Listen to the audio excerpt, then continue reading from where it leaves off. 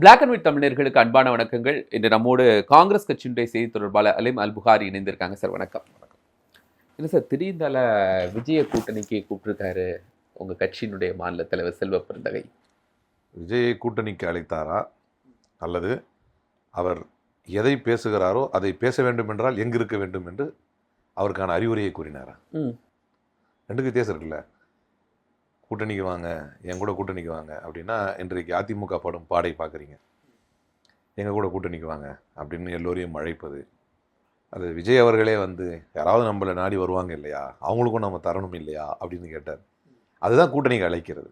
தலைவர் செல்வ பெருந்தகை அவர்கள், if he is really true on his statements, அதாவது விஜய் சொன்ன அதிகார பகிர்வு அப்படிங்கிறத செல்வ பெருந்தகை விரும்புகிறாரு, ஆட்சியில் பகிர்வு அப்படிங்கிற விரும்புகிறாரு. தெளிவாக சொன்னார் தலைவர் செல்வ பெருந்தகை. நீங்கள் சொல்கிற மாதிரி இந்த சாதியத்தை மதவாதத்தை எதிர்க்கணும், இதெல்லாம் தான் உங்களுடைய கொள்கை அப்படின்னா நீங்கள் இருக்க வேண்டிய இடம் உங்களுடைய, அதாவது கொள்கை எதிரி அப்படின்னு அவர் பேசினதெல்லாம் மேற்கோள் காட்டினார் தலைவர் அவர்கள். நீங்கள் கொள்கை எதிரின்னு எதெல்லாம் மேற்கோள் காட்டினீங்களோ அவற்றையெல்லாம் அகற்ற வேண்டும் என்றால் நீங்கள் இருக்க வேண்டிய இடம் இந்தியா கூட்டணின்னு சொன்னார். எதற்காக இந்தியா கூட்டணியில் அவர் இருந்தால் அவருக்கு சரி அப்படின்னு சொன்னார். நீங்கள் சொல்லும் வாதத்தில் நீங்கள் உண்மையானவராக இருந்தால் நீங்கள் இருக்க வேண்டிய இடம் இந்தியா கூட்டணி என்றும் சொன்னார். மாறாக நீங்கள் இந்தியா கூட்டணிக்கு வாங்க, ஏன்னா கூட்டணிக்கு அழைப்பது இந்தியா கூட்டணிக்கு விஜய் வர்றதுல விஜய்க்கு ஒன்றும் வெறுப்புகள்லாம் கிடையாது. ஆனால் இந்தியா கூட்டணியில் இருக்கக்கூடிய ஒரே ஒரு கட்சியை அவர் எதிர்க்கிறார், அது திமுகவை எதிர்க்கிறார். ஒருவேளை திமுக இல்லாத இந்தியா கூட்டணி விஜய் வர்றதுக்கு ரெடி தானே? இந்தியா கூட்டணிக்கு வருவதில் விஜய்க்கு எந்த எதிர்ப்பும் கிடையாது. எதை வச்சு சொல்றீங்க? இல்லை, அவர் கொள்கை எதிரி பாஜக, அரசியல் எதிரி திமுக, இதை தாண்டி அவருக்கு வேற என்ன அஜெண்டாவும் இல்லை. ஒருவரை அரசியல் எதிரியாக எப்படி தீர்மானிப்பீர்கள்? அவர் தீர்மானிச்சிருக்கிறாரு. கொள்கையை தானே தீர்மானிப்பீங்க. கொள்கையை தாண்டி இங்க நடக்கக்கூடிய அராஜக ஆட்சி, அதுவும் கொள்கை தானே. என்ன சார், அராஜக ஆட்சியும் கொள்கையா? திமுக நடக்கிற அராஜக ஆட்சின்னு அவர் சொல்லக்கூடியது, ஊழல் ஆட்சின்னு சொல்லக்கூடியதெல்லாம் கொள்கை. என்ன சார் உங்களுக்கு எடுக்குமா? என்ன சார் ஊழல்னா கொள்கை? அந்த மதவாத கொள்கையும் இதையும் அதுவும் கொள்கை தானே. மதவாதம், ஊழலுக்கு எதிரான இதெல்லாம் கொள்கை இல்லையா? அராஜகத்துக்கு எதிரான இப்ப பாஜக இங்க ஊழல் செய்யறாங்கன்னு சொல்றாரு சார் திமுக. அதுதானே கொள்கைங்கிறேன் நான். அப்புறம் எப்படி அப்ப நீங்க கொள்கை? சரி சார், அப்ப அரசியல் ரீதியாக எதிரி என்றால் என்ன டெஃபினேஷன் கொடுப்பாரு? கொள்கைக்கு என்ன டெஃபினேஷன் கொடுப்பாரு? சரி, கொள்கை எதிரி அப்படிங்கிறாரு, அரசியல் எதிரி அப்படிங்கிறாரு. அவர் சொல்ற வாதப்படி, அவர் சொல்கின்ற வாதப்படி அங்கே மதவாதம் கொள்கையாக இருக்கிறது, இங்கு ஊழல் செய்வது கொள்கையாக இருக்கிறது. இருவரும் எனக்கு கொள்கை எதிரி தானே சொல்லணும்.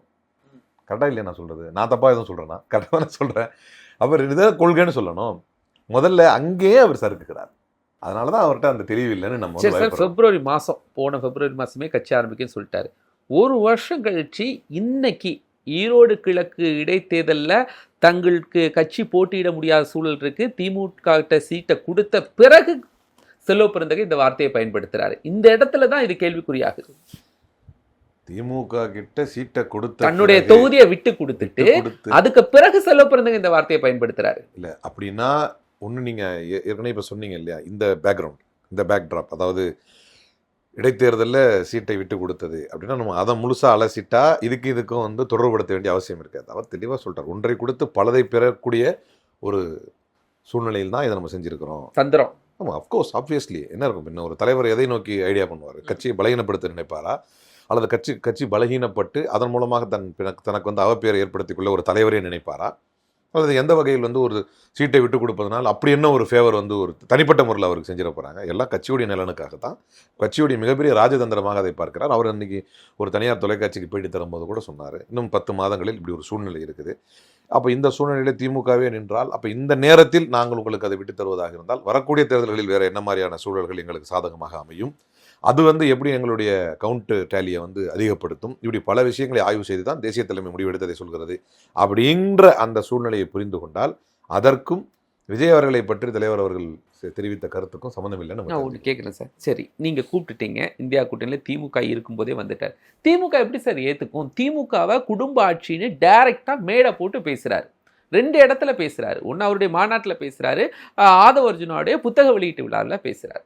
இதுக்கு பிறகு திமுக ஏற்றுக்கும் செல்வ பெருந்தகை சொன்னதை அப்படின்னு நினைக்கிறீங்களா? நீங்கள் நாங்கள் கூப்பிடவே இல்லைன்னு அப்போ தான் சொல்லிக்கிட்டு இருக்கிறேன். நாங்கள் அவருடைய நிலைப்பாட்டை, தலைவர் செல்வ பெருந்தகை அவர்கள் அவருடைய நிலைப்பாட்டை விளக்குகிறார். திரும்பவும் புரிய வைக்கிறேன், தயவு செஞ்சு. நீங்கள் மதவாதத்தை எதிர்ப்பது தான், வேற ஏதாவது ஆப்ஷன் இருக்கா நீங்கள் சொல்லுங்கள். விஜய் அவர்களுக்கு. மதவாதத்தை எதிர்ப்பது தான் என்னுடைய கொள்கை. அதிமுக மதவாதத்தை எதிர்க்குது. எப்படி எதிர்க்குது? இது உங்களுக்கு பாஜக தெரியல. அதிமுக மதவாதத்தை எதிர்க்குது. பாஜகவை எதிர்த்து கொண்டு எஸ்டிபிஐ போன்ற எஸ்டிபிஐ தேமுதிக போன்ற நேற்று ஒரு தனியார் விவாதத்துல பாக்குறேன், அதிமுகவுடைய முன்னாள் எம்எல்ஏ வந்து இந்த விவாதத்தை கலந்துருக்கிறார். அந்த இடத்துல வந்து வலதுசாரியை சார்ந்தவர் வந்து ஒரு கருத்தை தெரிவிக்கிறார். அப்போ வந்து இங்கே இருந்துக்கக்கூடிய ஒரு பத்திரிகையாளர் வந்து அதை வன்மையாக கண்டிக்கிறார் பெரியாரை பற்றி. பெரியார் மதவாதத்துக்கு எதிரான சக்தின்னு ஏற்றுக்கிறீங்களா இல்லையா? பெரியாரை பலகீனப்படுத்துவது மதவாதிகளுக்கு பலமாக அமையும் என்று ஏற்றுக்கிறீங்களா இல்லையா? அப்படி நீங்கள் ஏற்றுக்கிட்டாலும் ஏற்றுக்கலாம், அதான் நினைச்சோம். நான் அதை ஏன் ஸ்டாண்டை தெளிவுபடுத்திடுறேன். அப்போ அதை பலகீனப்படுத்துறாரு. அந்த அதிமுக முன்னாள் எம்எல்ஏ குறுக்கிட்டு சொல்கிறாரு, அப்போ சீமான் மேலே கேஸ் போடுங்க, ஏன் சும்மா இருக்கீங்கன்றார். இவர்கள் மதவாதத்துக்கு எதிராக. சரிதானுங்க, முதல்வர் அதை குறித்து ஒரு வார்த்தை பேசலையே. சீமான் இவ்வளவு பேசுறாரு, முதலமைச்சர் அளவுக்குள்ள சீமான் தன்னுடைய கொள்கை தலைவரை எதிர்க்கும் போது வழக்குகள் போடப்பட்டிருக்குல்ல சார். தன்னுடைய ஒரு வார்த்தை சார், தன் கொள்கை தலைவர் சார் பெரியாரு, அவரை பண்ணும் போது இன்னைக்கு வரைக்கும் ஸ்டாலின் அவர்கள் என்ன பேசியிருக்கிறார்? அதாவது நல்லா விடுங்க, அட்டென்ஷன் சீக்கிங் சைக்கோ சீமான் என்பவர் ஒரு அட்டென்ஷன் சீக்கிங் சைக்கோ. அவருக்கு என்ன தரணுமோ அதை சட்டப்பூர்வமாக தந்து கொண்டிருக்கிறார்கள். நீங்க பாருங்க, ஒரு ஐபிஎஸ் ஆஃபீஸர்கிட்ட அவர் இழுத்த உரண்டைக்கு என்ன உதவாங்கிட்டு இருக்காருன்னு இன்னமும் நீதிமன்ற நிகழ்வுகளை எல்லாம் வந்து பத்திரிகையில பேட்டியா கொடுத்துட்டு இருக்காரு. இப்படிப்பட்ட ஒரு சைக்கோக்கு ஒரு முதல்வர் பதில் சொல்ல முடியுமா? அது முதல்வருக்குன்னு ஒரு டெக்கோரம் இல்லையா?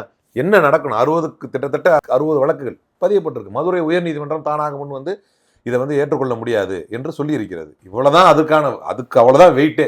என்ன சார், ஒரு அரசியல் ரீதியா ஒரு முதல்வர் ஒரு மாநிலத்தையே இன்னைக்கு உள்ள காலகட்டத்தில் ஒரு மாநில அங்கீகரிக்கப்பட்ட கட்சி நாம் தமிழர், அந்த மாநிலத்தில் அங்கீகரிக்கப்பட்ட கட்சியினுடைய ஒருங்கிணைப்பாளர், ஈரோடு கிழக்கு தேர்தலில் திமுகவை நேரடியாக எதிர்த்து களமிறங்கக்கூடிய ஒரே கட்சி. அவர் சொன்னதுக்கு பதில் சொல்லல அப்படிங்கிறதுக்கு எல்லா பாயிண்ட்டுக்குமே நான் வரேன். அங்கீகரிக்கப்பட்ட கட்சி எத்தனை எம்எல்ஏ வச்சிருக்காங்க சார்? நீங்க அங்கீகாரம் வாங்கிட்டீங்க அப்படின்னா உங்களுக்கான அங்கீகாரத்தை முதல்வர் கொடுத்துருவார். எத்தனை எம்எல்ஏ வச்சிருக்கீங்க? நான் தெரியாம கேட்கறேன், எத்தனை எம்பி வச்சிருக்கீங்க சார்? அங்கீகரிச்சுட்டாங்க. நான் சரி, அப்ப இன்னொன்னு கேட்கறேன், அங்கீகரிக்கப்பட்ட கட்சி என்ன மாதிரியான அரசியலை இந்த மண்ணில் செய்து கொண்டிருக்கிறார்கள்? அடுத்தது Facebookல எழுதினாங்க அப்படின்னு சொல்லி எத்தனை பேரை இந்த திமுக அரசு கைது செஞ்சாங்க? யார சொல்லுங்க. எழுத்தாளர் சாவித்திரி கண்ணன், பத்ரி, எத்தனை பேர் கைது செய்யப்பட்டாங்க? நடு இரவுல கைது செய்யப்பட்டாங்களா இல்லையா? அது அதுக்கான வெயிட்டேஜ் இருக்குல்ல. இப்ப இந்த இதுக்கு பிரச்சனை என்னன்னா, நீதிமன்றமே முன் வந்து என்ன கருத்தை சொல்லி இருக்கிறதோ அது மட்டும் தான் இப்ப நடந்திருக்குது. வழக்குகள் பதிவு செய்யப்பட்டிருக்கு. வருங்காலங்கள் கைதை கூட எதிர்பார்க்கலாம். அப்படித்தான் நீங்க சொல்ற அந்த பத்திரிகையாளர் யாரு, சாவித்திரி கண்ணனா இருக்கட்டும், முதல்ல வழக்கு தானே பதிவு செய்யப்படும் சார். நைட்டே கூட்டிட்டு போனாங்க சார். Yes I know. அதற்கான வெயிட்டேஜ் நீதிமன்றம் என்ன சொல்றது? இப்ப இதே நீங்க சொல்ற அதே கட்சியில் இருக்கக்கூடிய இன்னொரு ஆள் இருக்காரு, யூடியூப் நடத்திட்டு இருக்கிறாரு. அவரை கூட தான் கைது பண்ணி நீதிமன்றம் வந்து அவரை வெளியிட்டுருச்சு. அப்ப அதே நீதிமன்றம் தான் அந்த பவர் இருக்குது. நீதிமன்றம் இதில் முன் வந்து என்ன நிலைப்பாட்டை எடுத்திருக்கிறதோ அதன்படி அரசு நடக்கிறது. அதே நபரை கூட்டு போய் உள்ள போகும்போது முதல்வர் அழுத்தம் கொடுக்கறதுக்கு தவறிடுறாரு. அந்த அளவுக்கு நம்ம அழுத்தம் கொடுக்க வேண்டாம். முதல்வர் அழுத்தம் கொடுத்தா நீதிமன்றம் கேட்டுரும். நீங்க தப்பான ஒரு செய்தியை சொல்ல வரீங்களா? முதல்வர் கீழே சட்டத்துறை, அரசு வழக்கறிஞர்கள், அதற்கு மேல யார் முடிவு எடுக்கணும்? It's purely judge discretion. இப்போதைக்கு நீங்க ஈரோடு கிழக்க விட்டு அதுவும் சொல்றேன், ஈரோடு கிழக்கில் நிற்கக்கூடிய ஒரே கட்சிங்கிறீங்க. அவர் அந்த நிலைப்பாட்டை எடுத்து வந்தாரா இல்ல அவருக்கு அந்த மாதிரி ஒரு சாதக சூழ்நிலை அமைந்ததா? பாஜக புறக்கணித்ததனால், அதிமுக புறக்கணித்ததனால்? நீ சொல்றீங்களா அந்த ஒரு பெரிய கட்சி ஈரோடு கிழக்கு தேர்தலில் வந்து பார்ப்போமே. இப்போ லாஸ்ட் இன்னும் இப்போ அழகா தெரிஞ்சிடும் யாருமே நிக்காத போது இப்ப திமுகவுடைய பலம் என்ன. இது ரொம்ப நல்ல ஒரு கொஸ்டின் கூட நீங்க கேட்டதுல. இப்ப திமுக மட்டுமே நின்று ஏன் திமுக காங்கிரஸ் அந்த தொகுதியை வாங்கினாங்க? அதுக்கு டிஃபைன். ஒருவேளை நம்மை காட்டிலும் இல்ல நம்முடைய உழைப்புல, நம்ம கட்சிக்காரங்க உழைப்புல காங்கிரஸ் ஜெயிச்சிடக்கூடாது மீண்டும் அப்படின்னு நினைக்கிறாங்களா? கிடையாது, அப்படி கிடையாது. பெசிமிஸ்டிக்கா அப்படி நினைக்கலாம். ஆப்டிமிஸ்டிக்கா நான் ஒன்று சொல்றேன் பாருங்க. ஆக்சுவலிஸ்டிக்காவும் அதுதான். என்ன அப்படின்னா, எப்படி இருந்தாலும் கிட்டத்தட்ட 70,000 வாக்குகள் வந்து கிட்டத்தட்ட திருமகன் ஈவேரா அவர்கள் வாங்கி வெற்றி பெறுகிறார்கள். அதற்கு பிறகு தலைவர் EVK இளங்கோவன் அவர்கள் வாக்கு வித்தியாசமே 67,000, கிட்டத்தட்ட சற்றேறக்குரிய சம்பேர் அரௌண்ட் 70,000 வாக்கு வித்தியாசமே. அவர் மொத்த வாக்கா எவ்வளோ வாங்கினாரோ இது வித்தியாசமே அவ்வளோ. ஏன்னா காரணங்கள் நிறைய இருக்குது. ஒன்று அவர் காங்கிரஸ் மிகப்பெரிய தலைவர், இன்னொன்று அவருடைய மகனார் வந்து இறப்பு எழுதியிருக்கிறாங்க. இவங்க வர்றாங்க. மேபி அது வந்து ஒரு அனுதாபமாக கூட இருக்கலாம். கூட சேர்ந்து வந்து ப்ரோ இன்கம்பன்சி இருக்குது DMK கவர்மெண்ட்டுக்கு, அதுவும் சேர்ந்து இருக்குது. இந்த சூழ்நிலையில் இன்னும் ஒரு காங்கிரஸ்ல இருந்து ஒரு நிர்வாகி யார் நின்றாலும், ஒரு பேரே தெரியாத ஒரு காங்கிரஸ் நிர்வாகி நின்றாலும் அமோகமாக வெற்றி பெறுவார். அதில் மாற்று கருத்தே இல்லை. இப்படி இருக்கிற சூழ்நிலையில் இன்றைக்கு ஒரு சிறந்த ஆட்சியை தந்து கொண்டிருக்கக்கூடிய திமுகவை எதிர்க்கக்கூடியவர்கள், அதை விமர்சிக்கக்கூடியவர்கள், இங்கே பெரிய ஆன்டி இன்கம்பன்சி உருவாயிருச்சு, இல்லாத பிரச்சனையை ஊதி பெருசாக்கக்கூடியவர்கள், அல்லது இவ்வளவுதான் மதிப்பளிக்க வேண்டும், இவ்வளவுதான் அதை விவாதிக்கப்பட வேண்டும் என்று இருக்கக்கூடிய பிரச்சனைகள் எல்லாம் என்னமோ இந்தியாவிலே இதுதான் பெரிய விஷயம் அப்படின்ற மாதிரி எல்லாம் பேசக்கூடியவர்கள், ப்ரொவைடட் இந்தியாவில் பேச வேண்டிய விஷயம் பல இருக்கும்போது இதை முக்கியத்துவம் காட்டி பேசக்கூடிய நிறைய பேர் சொல்லக்கூடிய வாதம் என்ன அப்படின்னா, யார் அந்த சாரு, கருப்பு பேட்ஜ், கருப்பு சட்டை அப்படிலாம் போட்டு பெருசாக சாட்டை அடி அப்படிலாம் பெருசாக பேசுகிற ஊதி பெருசாக்கணும் என்ன சொல்கிறாங்கன்னா, திமுக இனி வெல்லாது, திமுக வந்து இந்த இடைத்தேர்தலில் பெரிய தோல்வியை சந்திக்கும் அப்படிலாம் சொல்கிறாங்க. அப்போ நாங்கள் காங்கிரஸ் கேண்டிடேட் வந்து 100% வின்னிங் கேண்டிடேட், அதில் மாற்று கருத்தே கிடையாது. யாரை நிற்க வச்சாலும் யார் நின்றாலும் வெற்றி பெறுவோம். இருந்தாலும் திமுகவிலிருந்து ஒரு கேண்டிடேட் நம்ம எடுத்து வைக்கணும். இல்லை காங்கிரஸ்லேருந்து ஒரு கேண்டிடேட் நிற்க வச்சு ஜெயிச்சிட்டாங்கன்னா அது காங்கிரஸ் கேண்டிடேட்டு, அது ஈவிகேஎஸ் வேற இறந்துருக்காரா, அந்த அனுதாபம் வேற இருக்குது, அதனால் அவங்க ஜெயிச்சிட்டாங்க என்கின்ற ஒரு மொக்கை வாதத்தை கூட வைப்பதற்கான ஒரு இடம் தராமல் வரக்கூடிய 2026 தேர்தலுக்கான ஒரு முன்னோட்டமாக இது தெளிவாக அமைய வேண்டும் என்றால் திமுகவின் கேண்டிடேட்டே நிற்கணும், திமுகவின் கேண்டிடேட்டே மிகப்பெரிய வித்தியாசத்தில் ஜெயிக்கணும். அதன் மூலமாக வரக்கூடிய 2026க்கான தேர்தலினுடைய வெற்றியை நோக்கிய பயணத்தின் பலத்தை உறுதி செய்யணுங்கிறது தான் எங்களுடைய நோக்கம். டெல்லி தேர்தல் நடக்குது. இந்தியா கூட்டணியில் எல்லாருமே சேர்ந்துருக்காங்க. ஆனால் திமுக தன்னுடைய நிலைப்பாட்டை எல்லா கூட்டணி கட்சிகளும் அறிவிச்சிட்டாங்க. திமுக இன்னும் நிலைப்பாட்டை சொல்லாமல் இருக்கு. மகாராஷ்டிராவில் கூட தான் தமிழர்கள் இருக்காங்க. மகாராஷ்டிராவில் கூட தான் தமிழர்கள் இருக்கிறாங்க. என்ன நிலைப்பாட்டை திமுக அறிவித்தார்கள் நான் கேட்குறேன். மகாராஷ்டிராவில் டெல்லியோட அதிகமாக இருக்காங்க. மகாராஷ்டிராவில் அது மாதிரி ஒரு ப்ரொசீஜர் கிடையாது. பட் ஆட்டோமேட்டிக்காக இந்தியா கூட்டணி தானே யாருக்கு சார் போடுவாங்க? நம்ம கண்டிப்பாக ஆட்டோமேட்டிக் கேள்வியே ஆம் ஆத்மிக்கு எப்படி போடுவாங்க? இந்தியா கூட்டணியில் இன்னைக்கும் தலைவர் ராகுல் காந்தி அவர்கள் தமிழ்நாடு வரும் பொழுதும் சரி, தலைவர் ராகுல் காந்தி அவர்களுக்கும் ஆம் ஆத்மி அரவிந்த் கெஜ்ரிவால் தமிழ்நாட்டுக்கு வரும்போதும் சரி, முதல்வரோடு எல்லா பள்ளிகளையும் பார்க்குறாரு. முதல்வர் ஆம் ஆத்மி அரவிந்த் கெஜ்ரிவாலுடைய பள்ளிகள் எல்லாம் போய் பார்க்குறாரு. அவங்கள்ட்டையும் நட்பு இருக்க தானே செய்யுது, ரெண்டு பேருக்கும் இருக்கு. அரசியல் ரீதியாக இவர் தான் எங்களுடைய அண்ணன்னு சொன்னாரா கெஜ்ரிவால்? எங்கேயாவது அதை ஏற்று அவர் அதை ஆமோதித்தாரா முதல்வர்? இல்லை வந்து பிரதமர் கேண்டிடேட்டுன்னு தானே அறிவித்துக் கொள்வதற்கு முன்பாக எங்களுக்கு பிரதமர் கேண்டிடேட் இவர் தான் அப்படின்னு கெஜ்ரிவால் அறிவிச்சாரா முதல்வர்? இல்லை ராகுல் காந்தி அறிவிச்சாரா? வித்தியாசம் இருக்குல்ல. ஒன்றமா அப்படி பார்த்தா மரியாதைக்குரிய மம்தா பானர்ஜி அவர்களை கூட தான் கூப்பிடுறாங்க, வாங்க இங்கே மம்தா பானர்ஜி அவர்கிட்ட கூட நல்ல அதனாலதான் இந்த நட்புறவு என்பது வேறு. இன்னை வரைக்கும் மாநில கட்சிகளில் மாநில ரீதியான தேர்தல்களில் இந்தியா கூட்டணி என்று சொல்லக்கூடிய மிக முக்கியமான ஒரு மாநிலமாக தமிழ்நாடு இருக்கிறது. சார் டெல்லியில் யாருமே காங்கிரஸ்க்கு ஆதரவு தெரிவிக்கல சார். எல்லாரும் ஆம் ஆத்மிக்கு இந்தி கூட்டணியில் இருக்கக்கூடிய எல்லாருமே இது பண்ணுறாங்க சார். ஏன் யார் சொன்னா உங்களுக்கு அப்படி? லாலு ஆம் ஆத்மிக்கு ஆதரவு, தமிழ்நாடு மாயாவதி இவருக்கு ஆதரவு தெரிவிக்காங்க, அகிலேஷ் யாதவ் ஆம் ஆத்மிக்கு ஆதரவு. காங்கிரஸுக்கு இன்னைக்கு இந்தியா கூட்டணியில் யார் ஆதரவு தெரிவிக்கிறாங்க? இவங்கெல்லாம் இந்தியா கூட்டணியோடைய ப்ரொசீஜரே கிடையாது. இப்போ சட்டமன்ற தேர்தல்களில் உடஞ்சிருச்சா?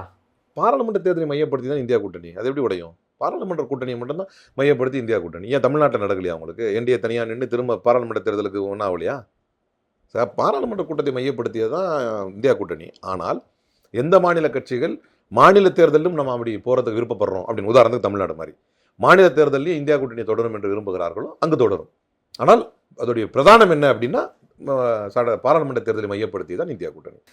நிறைய தகவல்களை பகிர்ந்து கொண்டிருக்கீங்க. நேர்களை மற்றும் நிகழ்ச்சியில் சந்திக்கலாம். நன்றி.